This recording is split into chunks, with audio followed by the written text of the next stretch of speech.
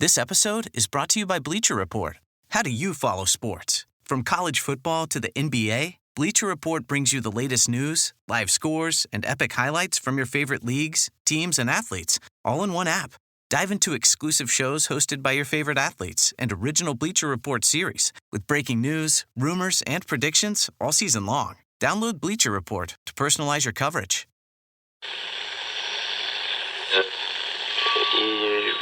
Ampire.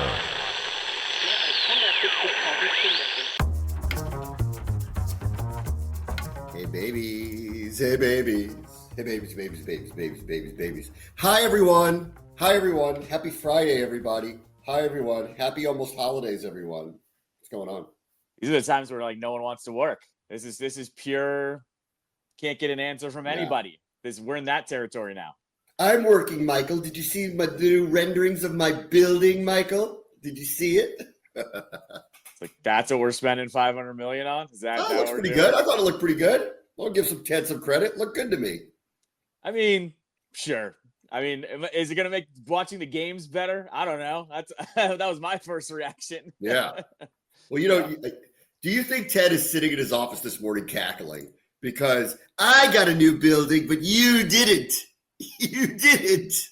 Yeah, I mean, that was weird yesterday to have Monumental with their brand new shiny building and breaking ground, air quotes, while RFK fell apart in front of our eyes in 24 hours, essentially. I don't know why I fell for it this time. I finally fell for it. I've been saying this for years.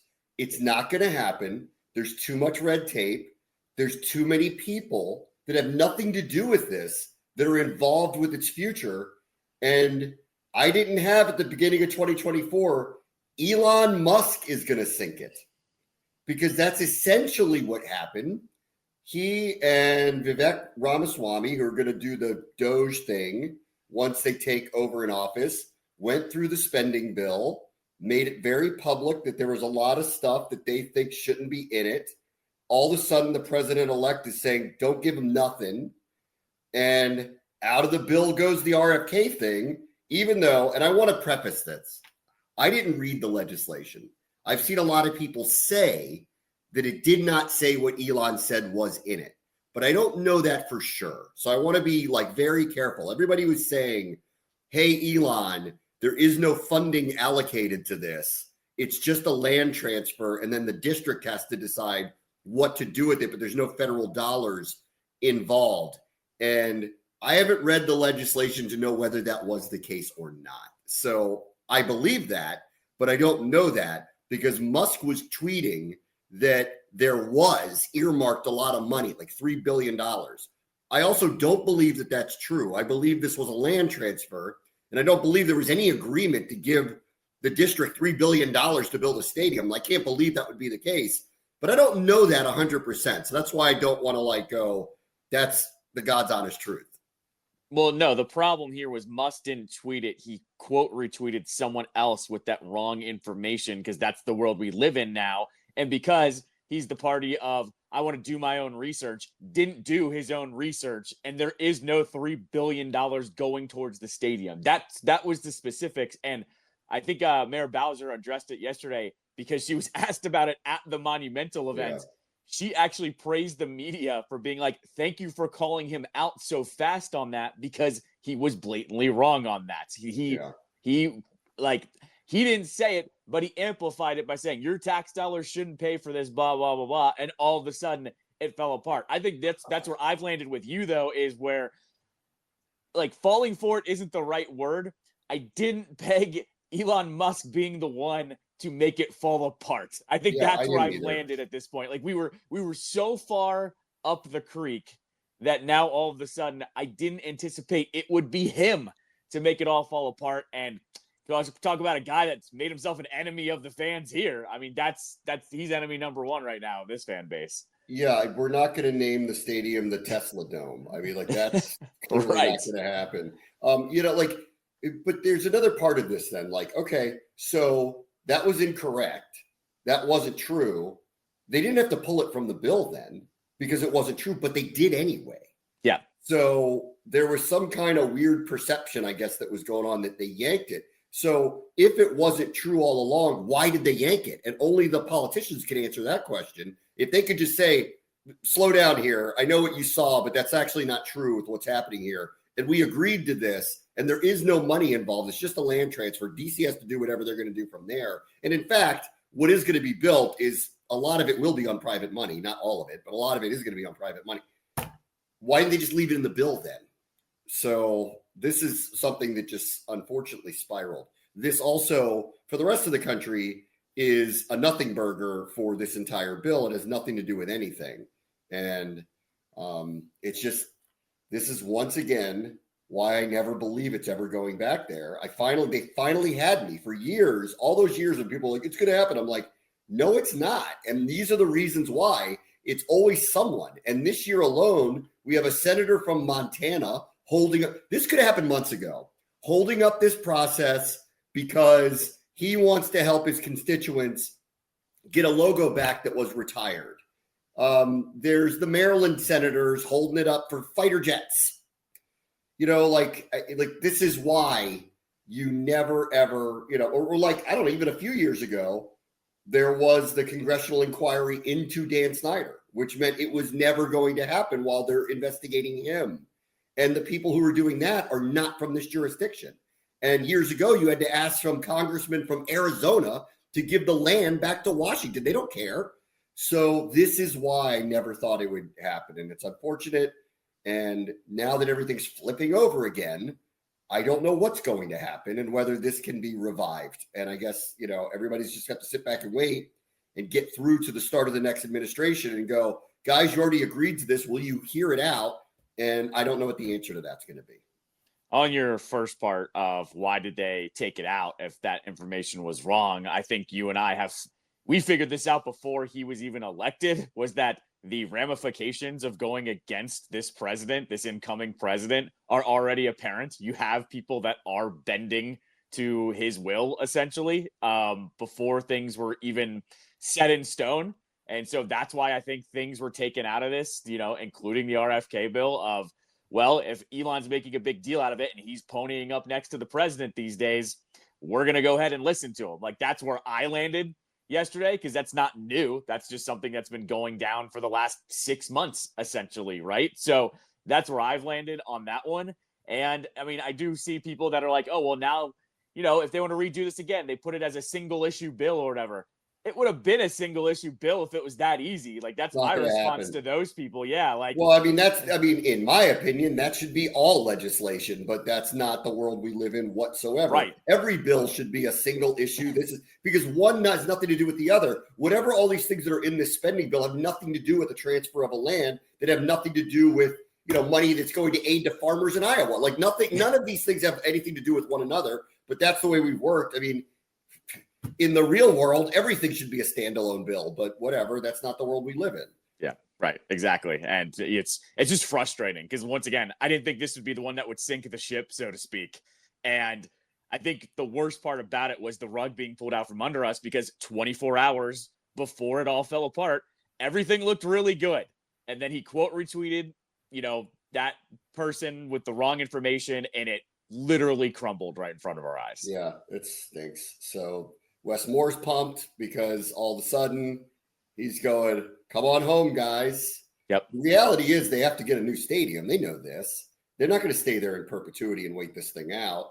I'm sure they're not going to do anything quickly, because I think they're going to revisit with the new administration, say, hey, guys, take a look at this. This was not what was said, at least in a tweet, about what it was.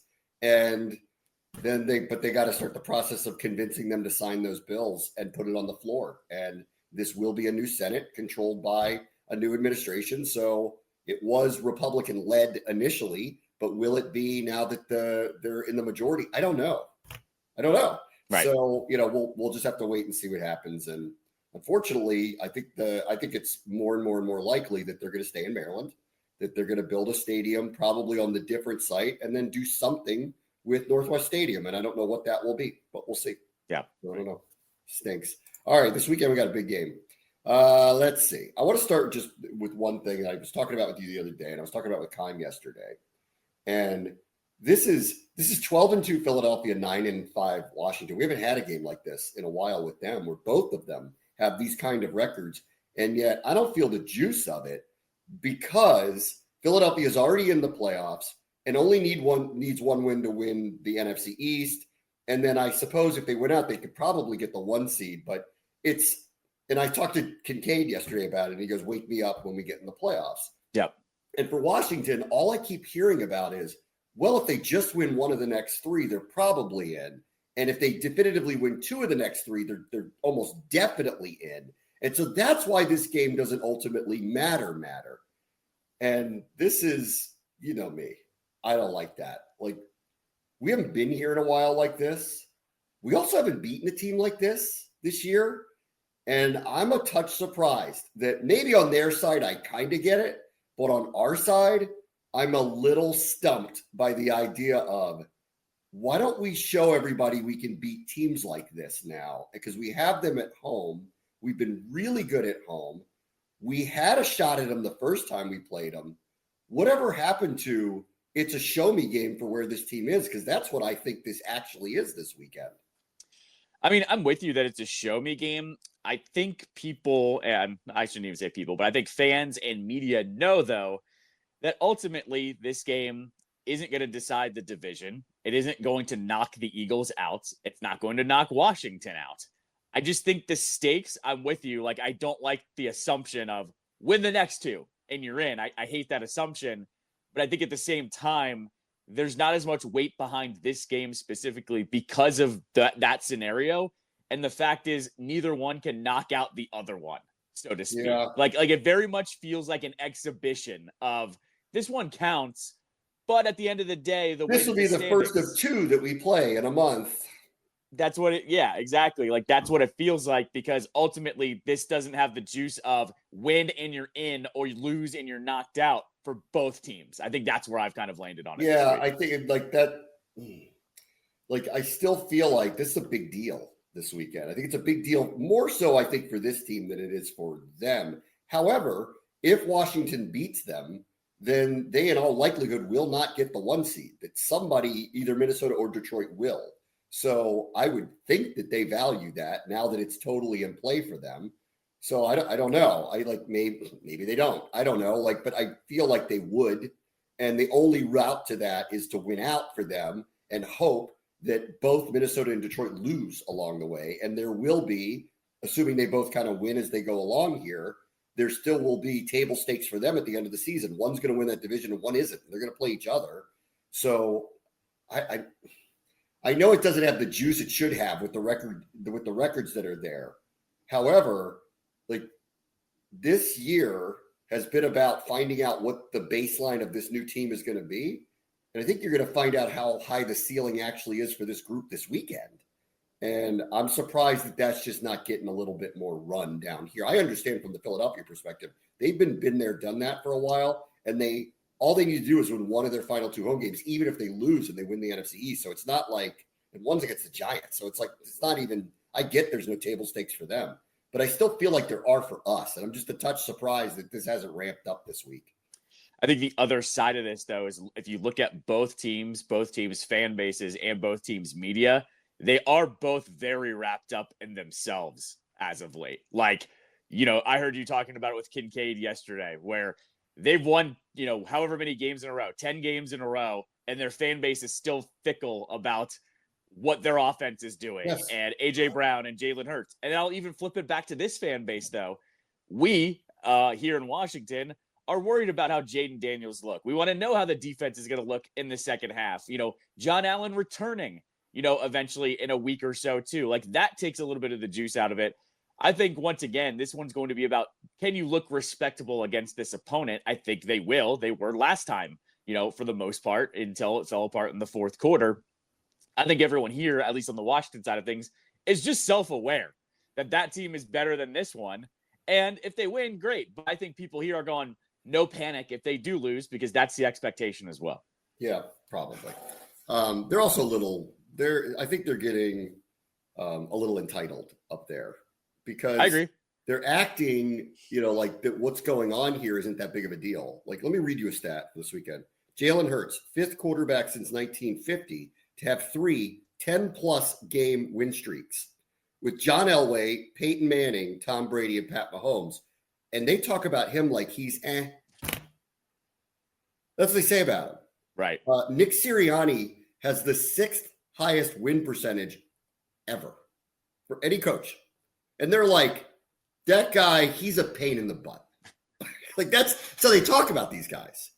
So they are, I got to tell you, like, because I think I started with Kincaid yesterday and I go, you guys are 12-2. What in the world is the problem here? Yeah. Right. Why is it every week there's a problem? Like, if we were 12-2, trust us, and maybe it'd be first time, long time for us doing something like that.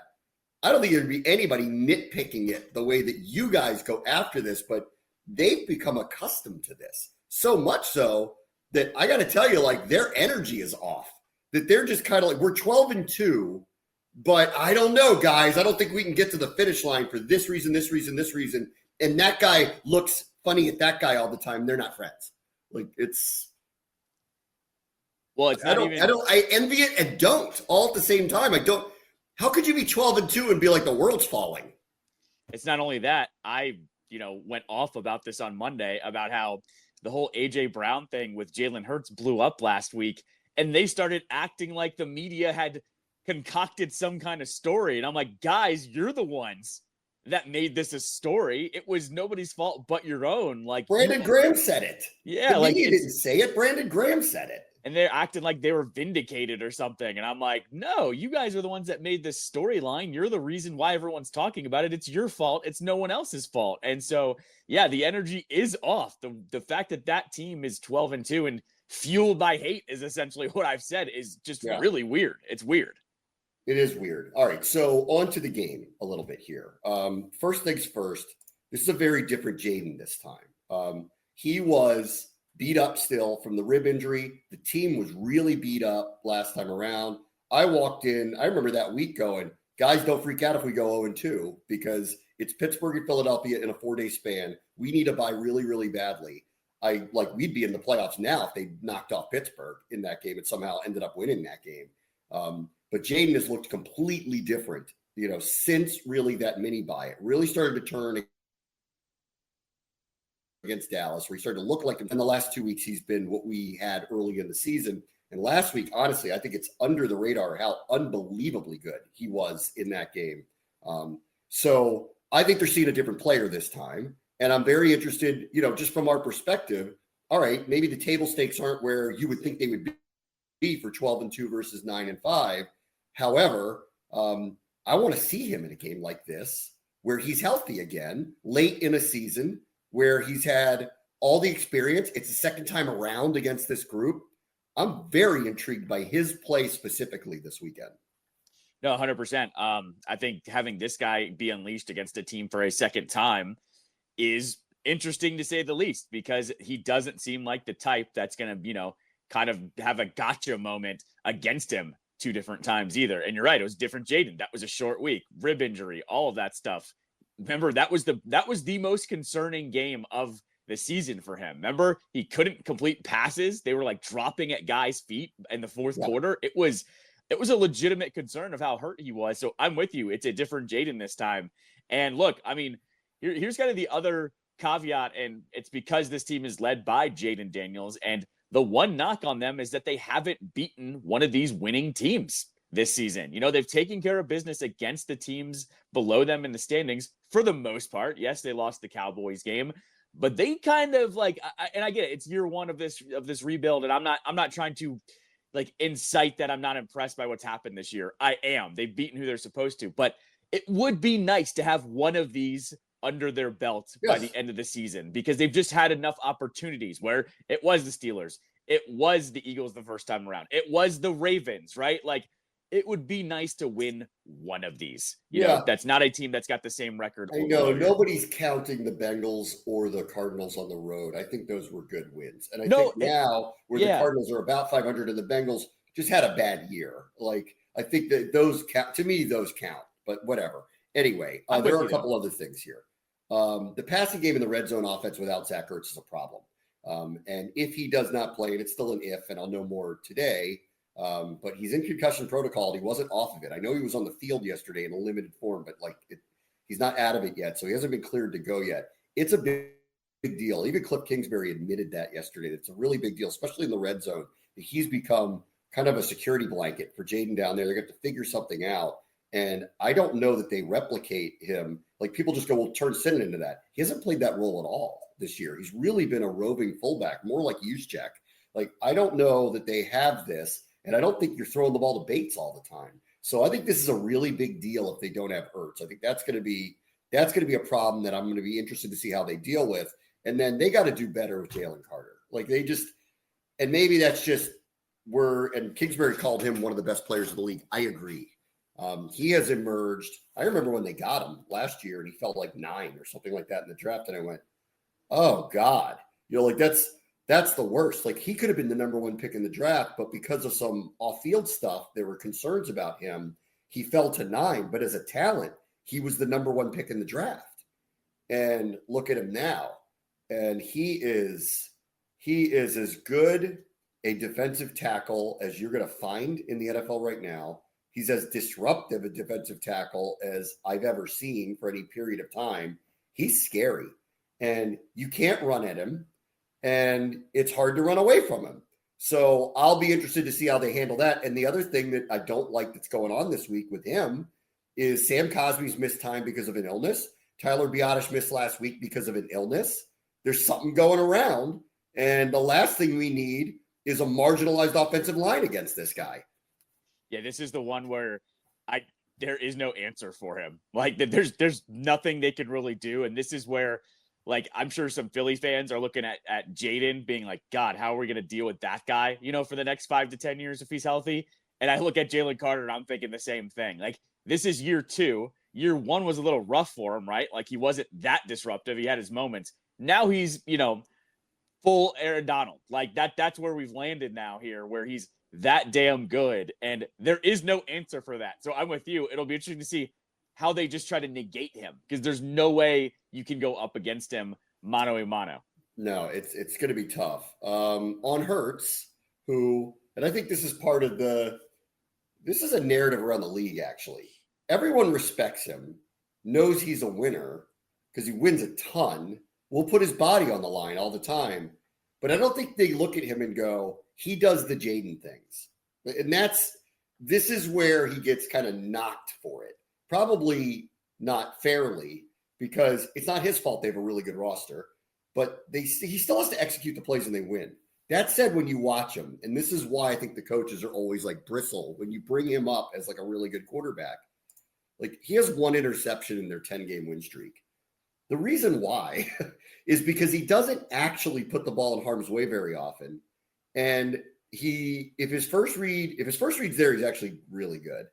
If it's not, he typically, at least this year, doesn't really extend plays to throw the ball. He just takes off or he chucks it out of bounds. So he just lives to see another day, which is probably the smartest thing to do because they have the best run game in the NFL.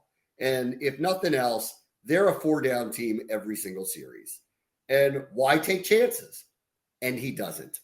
He just kind of doesn't. So the 1 interception stat in 10 games is a really good one, but it's him limiting himself, throwing the ball into harm's way. That's all it is. Yeah, I was going to say, like, he has to be like this because he does have such a good team around him. He can't be the weakness. So I feel like he has kind of developed himself to be the guy that's like, I'm not going to screw up. But he's not a game manager by any means. He can make some really difficult throws sometimes. I think he went into this season and he went into this win streak, honestly, of being, you know what?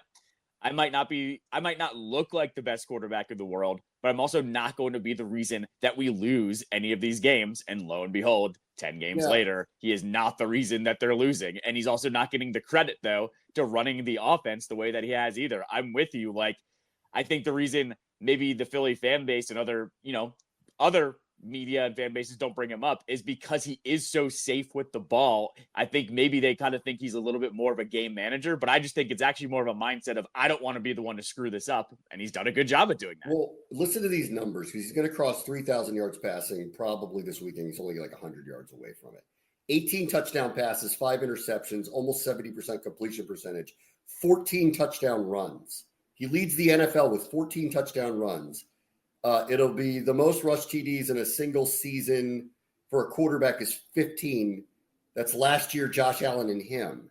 So he's got 32 touchdowns, and there isn't a single person talking about him as the MVP. Not a single person talking about him as the MVP. They've won 10 in a row. They're 12-2. They might be the 1 seed. He's got 32 touchdowns and very few turnovers. And I haven't heard one person go, I think he's the MVP of the league. I mean, part of that problem is who he's handing the ball off to. I mean, like, it is 32 touchdowns, 14 running. Like, not the MVP. Like, but nobody is saying Jalen Hurts is the reason that they are 12-2. That's what I'm getting at. Right.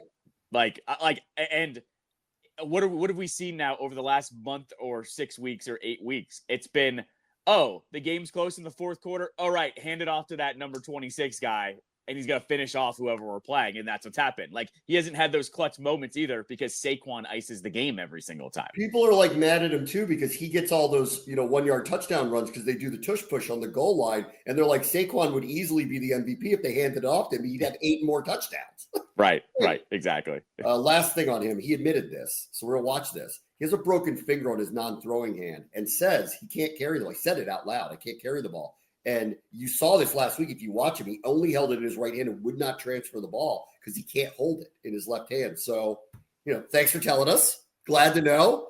Dante, Dorrance, Duran, just so you know, that's going on right now. All right. That's the old, if he gets tackled, those linemen are going to, have a little extra squeeze on the hand on the way down is what's going to happen there. I'll just tell you this much. You guys might not have the table stakes I do, but if we win on Sunday, I will be freaking out. I'm just telling you that. That's not a shock. Yeah. Surprise. Yeah. All right, be right back. Bray wants to show his experience for 30.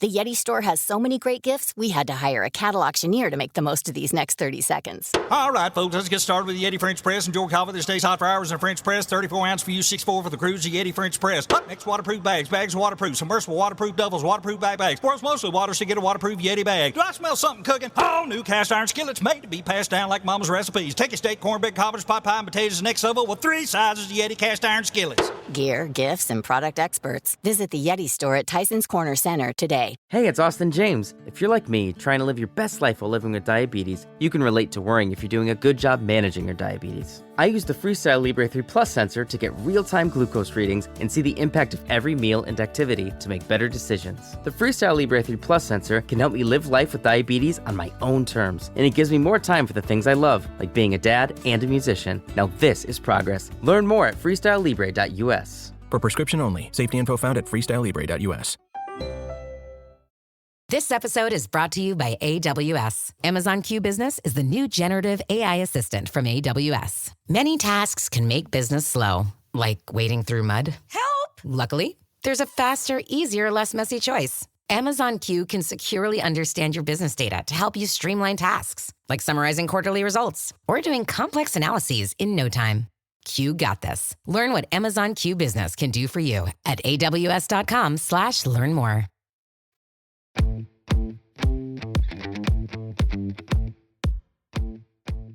All right, welcome back. Let's go through the slate. Yes. Texans are going to beat the Chiefs this weekend, Callow. This is going to happen. Saturday game, right? Saturday, right? Because they're playing all the Chiefs. They're making the Chiefs play on Christmas too.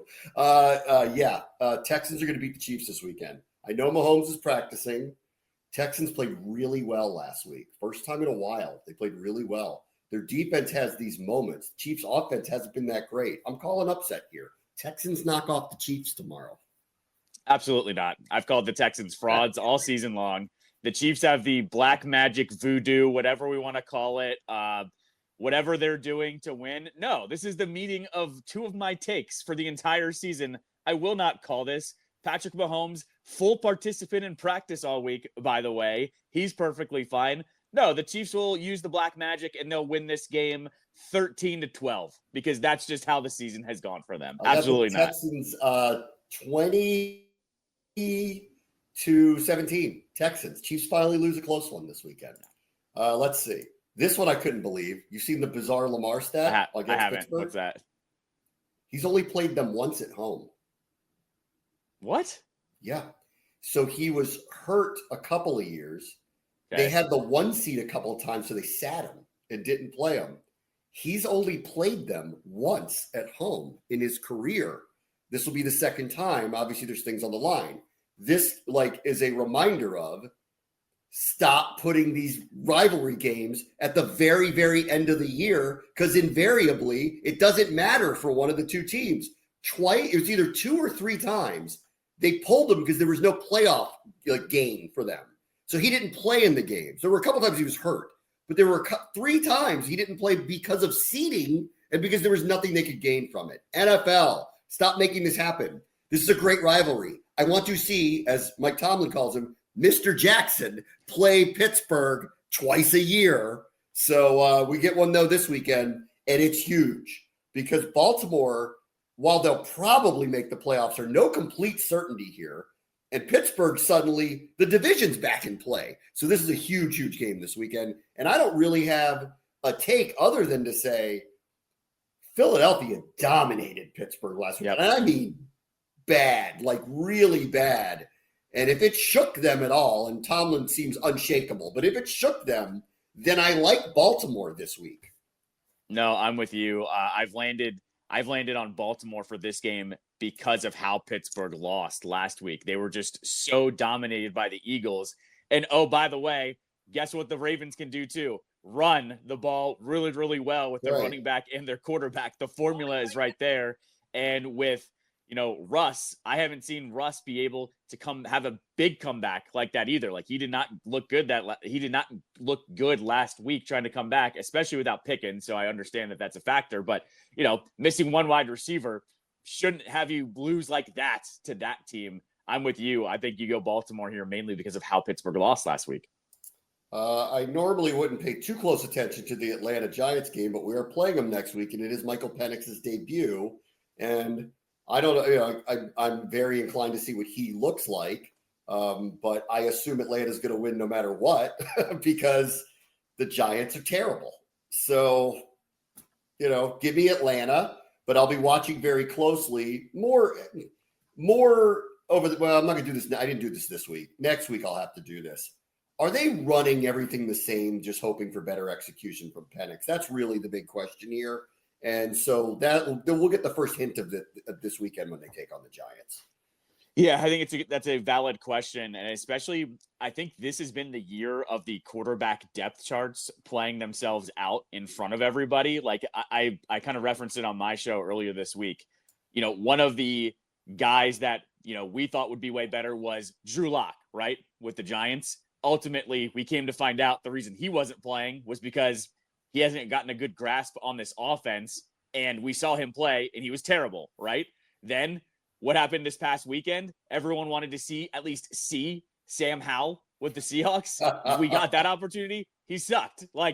And so what I had kind of equated this to is I think the quarterback rooms really around the country, I think it's not as much about guys not being benched as it is about guys taking the job. And this is how I've landed with Penix, I think. Kirk has been so bad, but I also have to think Penix has had to have looked good in practice for Raheem Morris to do this after a win, because that's the other side of this. And I think was a little bit odd. I mentioned to you, it felt like an NHL move where you fire the head coach before you play the Predators, one of the worst teams in the league, right?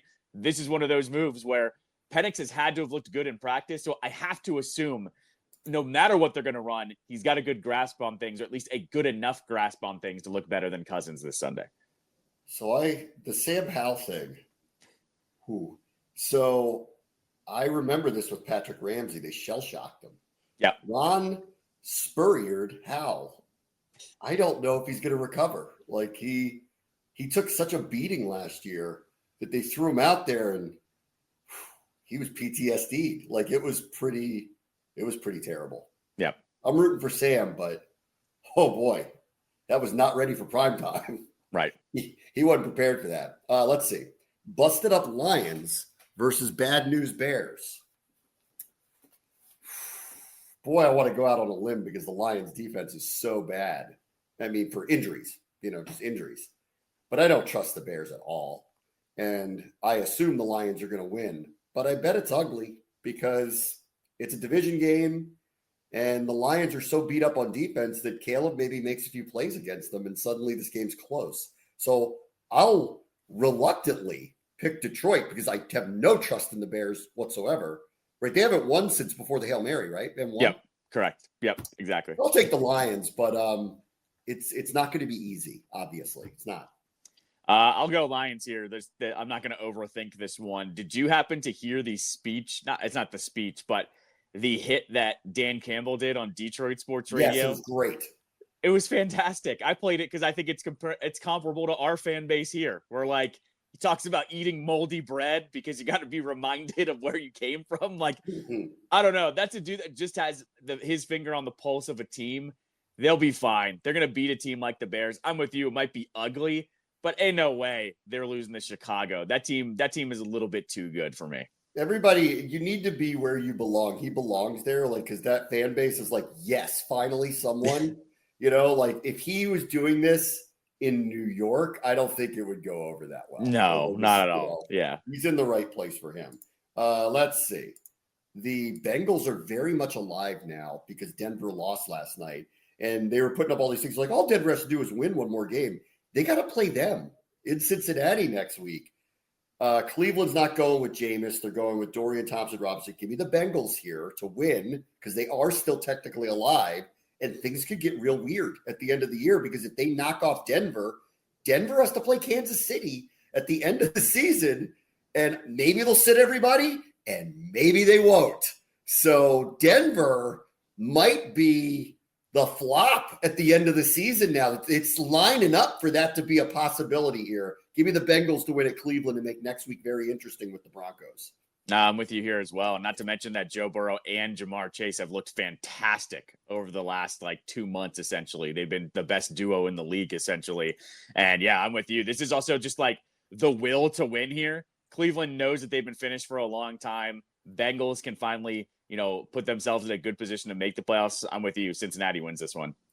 Red Zone Specials, Tennessee Colts, Jags Raiders. No comment for any of them. Those games stink.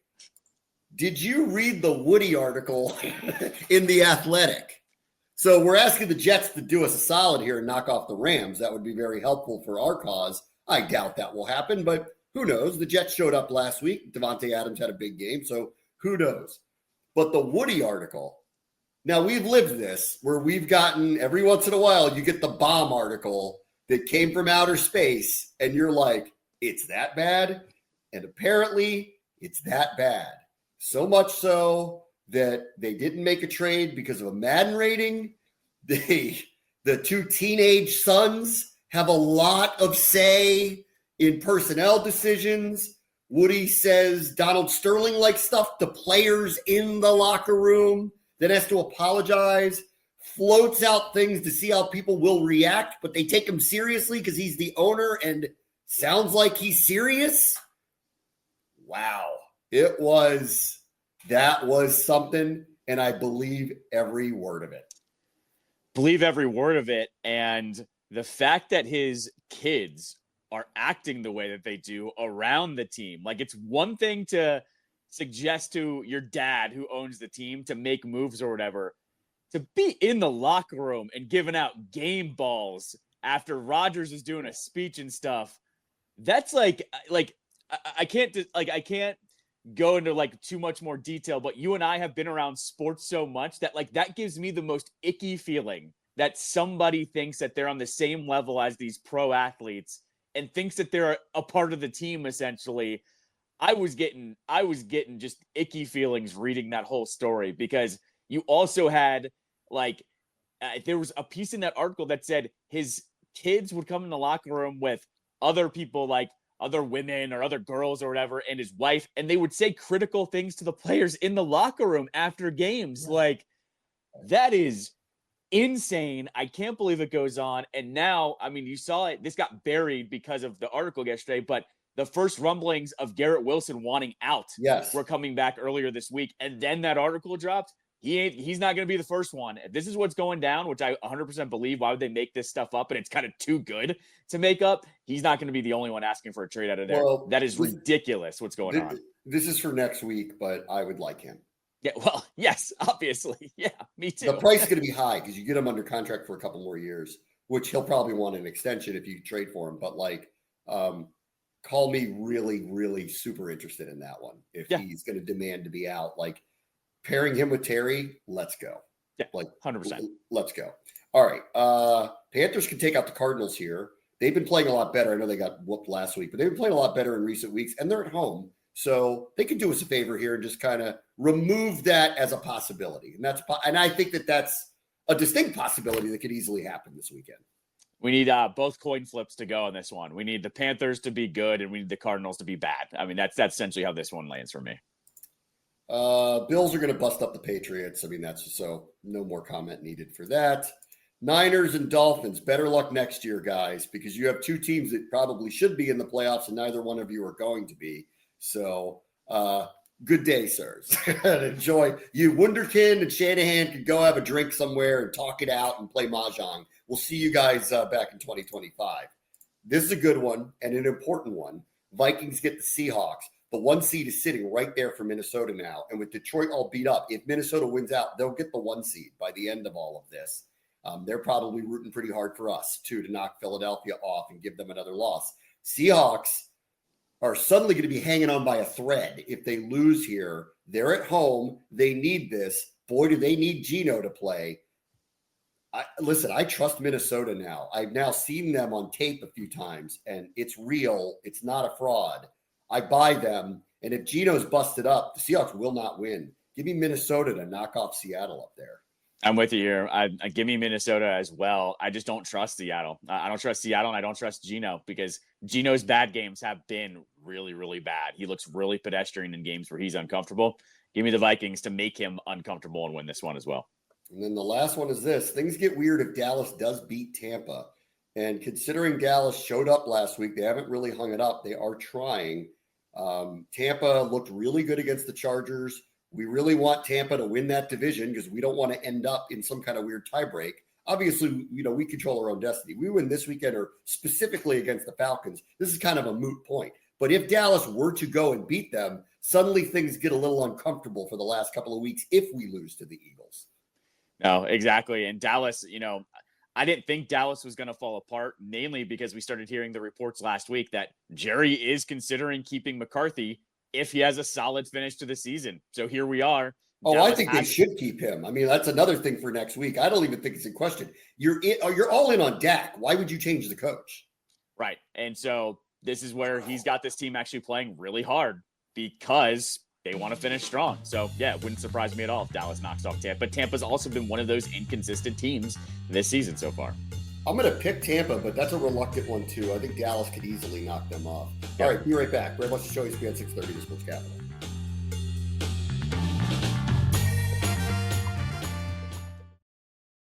This episode is brought to you by LifeLock.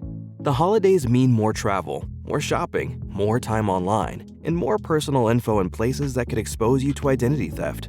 That's why LifeLock monitors millions of data points every second. If your identity is stolen, their US-based restoration specialist will fix it, guaranteed or your money back. Get more holiday fun and less holiday worry with LifeLock. Save up to 40% your first year. Visit LifeLock.com/podcast. Terms apply. This episode is brought to you by Amazon Prime. There's nothing sweeter than baking cookies during the holidays. With Prime, I get all my ingredients delivered right to my door, fast and free, no last-minute store trips needed. And of course, I blast my favorite holiday playlist on Amazon Music. It's the ultimate soundtrack for creating unforgettable memories. From streaming to shopping, it's on Prime. Visit Amazon.com/Prime to get more out of whatever you're into. Looking for a pickup truck to get just about anything done? Look no further. The Chevy Silverado EV isn't just the most powerful Silverado ever, with next-level towing capability and technology. It also offers game-changing versatility with the available multi-flex midgate and tailgate, which means Silverado EV helps you carry large, bulky, and oddly shaped items up to nearly 11 feet in length. Chevrolet. Together, let's drive. Visit Chevrolet.com to learn more.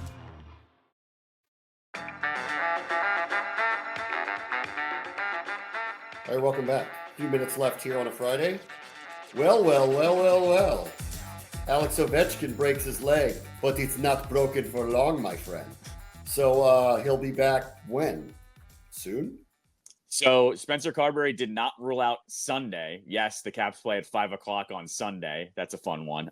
They play the Kings. Good job, NHL. Your scheduling is amazing. Have a lot of things to say. Oh, it's also not their first one. They play 5 o'clock next Sunday, too. Thanks, guys. When it comes to leading into the Commanders Falcons, great. Good one. Yeah, great. I'm thrilled over here about that. Spencer Carberry did not rule him out playing on Sunday. That would be against the Kings. That would be at home. But they also play the Bruins on Monday as well. So would you put him in on Sunday to have him play back-to-back games? No. I kind of doubt that. So to me, I think it's either going to be against Boston on Monday, or then they hit this holiday break where they don't play again until the following Saturday. They play in Toronto. Something tells me he's going to be playing in Toronto. I don't know if it's going to be his first game back, but he will be playing the Maple Leafs next Saturday. So I don't think he's going to play against Boston, or I don't think he's going to play Sunday. I do think if he does play, it's going to be against Boston or after the break against the Maple Leafs. That's where I've landed. This could be hell week, though. They lost the first two during this stretch earlier on the road. They haven't played since they lost to Chicago, but they got 3 and 4 games, 3 games, 4 days, starting tonight. Carolina's good. And then they'll get, you mentioned the Kings at home. Carolina's home too, right? That's tonight. Yeah, it's tonight. Yep. Carolina's home tonight, Kings, and then they play Boston Monday. This is a rough little stretch here, like where I know we've been feeling the good vibes and everything, but the hockey season can get long. They need to get through these next few days because they get another little long break once they get through this, but they need to get through this hopefully with a couple of wins. You'd hope that you win you'd hope that you win 2 of the next 3. You know how I operate with this. Carolina is going to be the toughest one of these 3 games. So let's see what they do tonight. See if they can put themselves in a good position. If they win this one and then they just need to win one of the next 2 to make sure that it goes to a 2 out of 3 scenario heading into the break. Beat the Kings at home. Beat the Kings at home in an afternoon game. You beat the Kings at home. Yeah. That should be the one that they definitely win. And Boston's not Boston as they've been before. So they should be able to beat Boston. But if they put themselves in a good position tonight and not have to win 2 in a row, because this team on back-to-backs, clearly it's a little bit of an issue, especially with what happened earlier this week. Win this one against Carolina tonight. You put yourself in a really good position. Before we go, because this is just triggering for you. Look, the Hoyas and the Terps are both 9-2. I just want to point it out because I've noticed. I also want to say I noticed the Wizards won last night. Oh. And I also saw a very nice dunk by Bilal Coulibaly. So, Ted, I did see that. I'm aware that you won a game last night. I actually happened to be in Georgetown in the middle of the day and saw the Hornets getting on the bus going over to the stadium. Yeah, it was very exciting. Anyway, Hoyas and Terps, 9-2. Callow, you buying in? You already know the answer to that. Call me in February. Call me in February. DJ's pumped about the Hoyas, by the way, as you might imagine. They beat Syracuse, which doesn't really mean much. Terps actually play them this weekend. I don't know why, but they do. It must be some holiday thing. They do play them this weekend. But then Georgetown killed Creighton, probably in front of 8 people, but they killed. It did happen. It's on the record. It did occur. So good for Tapscott and company. The Hoyas are becoming respectable again. That's the good news, because for a few years there, that was one of the worst things on earth. To have a program like that be that terrible, I'm glad they're at least back to being respectable again. Yeah, like I said, call me in February. Yeah, I know. I'm not buying in. Don't care. I'm just not buying in yet. Rightfully so. Not buying in. Don't care. You don't care. You don't care either way. If I did call you in February about it, you'll be like, call me in March. That's all you're going to do. You're right. You're right. I would say that. Correct. Exactly. All right, everybody. Have a nice weekend. Brad watch the show. ESPN 630 Sports Capital.